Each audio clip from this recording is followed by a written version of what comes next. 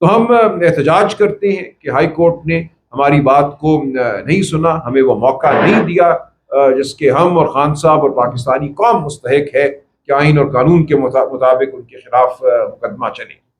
ایک اور بات جو سامنے آ رہی ہے وہ یہ ہے کہ خان صاحب کو شاید اڈیالہ جیل سے کہیں منتقل کیا جا رہا ہے۔ اس حوالے سے ہمیں بہت تشویش ہے، اور بظاہر یہی لگتا ہے کہ جو منصوبہ ہے خان صاحب کو منظر عام سے ہٹانے کا، خان صاحب کا جو رابطہ ہے اپنے خاندان اور وکلاء کے ساتھ، اس رابطے کو ختم کرنے کا جو منصوبہ ہے، کہ اسی کی کوئی کڑی ہمیں نظر آتی ہے۔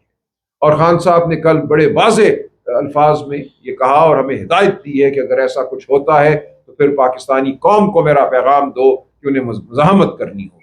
ہم یہ نہیں مانیں گے اس ظلم کے ضابطے کو، ہم خان کو بالکل کسی کال کوٹری کی نظر نہیں ہونے دیں گے۔ یہ ایک ہمارا واضح اعلان ہے کہ اگر ایسا کوئی منصوبہ ہے اور اس پہ عمل ہوتا ہے تو پھر ہمارا رد عمل جو ہے وہ وہی ہوگا جو ایک غیور قوم کا ہونا چاہیے۔ ہم آئین اور قانون کے بالکل رکھوالے ہیں، ہم آئین اور قانون کا ہمیشہ پاس کرتے ہیں، لیکن ہمارا رد عمل جو ہے وہ آئین اور قانون کے دائرے میں شدید ترین ہوگا۔ یہ بات بالکل واضح ہے۔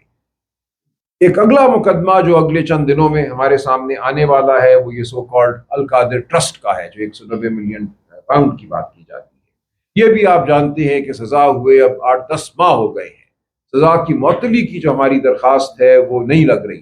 کئی بار ہم ایک وفد کی صورت میں اسلام آباد ہائی کورٹ گئے ہیں، وہاں چیف جسٹس صاحب سے ہم ملے ہیں، ہم نے احتجاج کیا ہے۔ اب وہ درخواست ہماری جو ہے بالآخر بیچ میں پروسیکیوشن کی طرف سے کبھی پیٹ خراب ہونے کی استدعا دائر کی گئی، کبھی یہ کہا گیا کہ نیا وکیل ہمیں مطلوب ہے، اور وقت گزارا گیا۔ لیکن اب 16 اکتوبر کو یہ مقدمہ لگا ہوا ہے۔ ہم سمجھتے ہیں کہ اس دن اگر ایک واقعتاً عدالتی کارروائی ہوتی ہے، بحث ہوتی ہے، تو خان صاحب سرخرو ہوں گے۔ اس مقدمے کی کوئی حیثیت نہیں ہے، ایک مکمل طور پہ جھوٹا بیانیہ گڑا گیا، ایک بیانیہ بنایا گیا کہ وفاقی کابینہ نے خان صاحب کی سربراہی میں کوئی فیصلہ کیا تھا کہ 190 ملین پاؤنڈ جو ہیں ملک ریاض کے اکاؤنٹ میں منتقل کر دیے جائیں۔ یہ بالکل سراسر جھوٹ ہے۔ واقعات یہ ہیں، اور ہر پاکستانی کے دل پہ یہ واقعات نقش ہونے چاہیے کہ برطانیہ میں ملک ریاض خاندان اور وہاں کی نیشنل کرائم ایجنسی کا آپس میں ایک معاہدہ ہوا، جس کے تحت یہ پیسے ملک ریاض کو اجازت دی گئی کہ وہ سپریم کورٹ کا جو اکاؤنٹ ہے، جہاں انہوں نے ملیر میں جو 16,000 ایکڑ زمین سندھ حکومت نے ان کو مفت دی، جس کو سپریم کورٹ نے ہائی وے رابری کہا، اس زمین کی قیمت کے ضمن میں وہ پیسہ وہاں وہ جمع کرا دیں۔ کوئی اس کا تعلق پاکستان کی حکومت یا وفاقی کابینہ سے نہیں تھا۔ یہ پیسہ اس معاہدے کے تحت براہ راست برطانیہ میں، لندن میں اکاؤنٹ سے یہاں سپریم کورٹ کے اکاؤنٹ میں رہا، اور سپریم کورٹ کی تحویل میں رہا۔ وہاں سے ایک پیسہ باہر نہیں نکلا، سندھ حکومت کو یا ملیر ڈیولپمنٹ اتھارٹی کو ایک پیسہ منتقل نہیں ہوا، یہ پیسہ وہیں رہا۔ ایک پیسہ خان صاحب یا بشرا بی بی کو نہیں گیا۔ یہ کچھ مقدمہ نہیں تھا، ایک مکمل طور پہ جھوٹا بیانیہ بنایا گیا۔ ہوا صرف اتنا تھا کہ اس معاہدے کے حوالے سے برطانیہ کی نیشنل کرائم ایجنسی نے ایک نان ڈسکلوجر ایگریمنٹ، یعنی کہ اس معاہدے کو آپ ظاہر نہیں کریں گے جب تک کہ قانون کے تحت اس کو ظاہر کرنا ضروری نہ ہو۔ وہ معاہدہ بھی ریکارڈ کا حصہ ہے۔ یہ کابینہ کے سامنے آیا اور کابینہ نے صرف اس کی منظوری دی۔ نیشنل کرائم ایجنسی برطانیہ کی صرف یہ درخواست تھی کہ اگر آپ کے ملک کا قانون یہ تقاضا کرتا ہے کہ اس معاہدے کو ظاہر کیا جائے تو ضرور ظاہر کیجیے گا، لیکن اس کی بلا وجہ تشہیر نہ کیجیے گا۔ اس کے علاوہ وفاقی کابینہ کا اس تمام معاملے سے کوئی تعلق نہیں تھا۔ جو کہتے ہیں ایک بند لفافہ لہرایا گیا اور اس کی منظوری لے لی گئی اور اس کے تحت 190 ملین پاؤنڈ اس اکاؤنٹ میں منتقل ہوئے، یہ سراسر جھوٹ ہے۔ ایسا بالکل نہیں ہوا۔ تو یہ بالکل واضح رہنا چاہیے کہ یہ پیسہ اس کابینہ کی میٹنگ سے پہلے منتقل ہو چکا تھا اس اکاؤنٹ میں۔ یہ جھوٹ کہا جاتا ہے کہ کابینہ نے کوئی منظوری دی اور پھر یہ پیسہ اس اکاؤنٹ میں منتقل ہوا۔ تو یہ ایسے واقعات ہیں جن کا ہر ایک کو علم ہونا اور ان کی یاد جو ہے رہنا انتہائی ضروری ہے، کیونکہ اس ملک کے متفقہ لیڈر کے خلاف ایک تہمت لگائی گئی ہے اور اس تہمت کی بنیاد پر ان کو سزا دی گئی ہے ایک جھوٹے مقدمے میں جس کی کوئی بنیاد نہیں ہے۔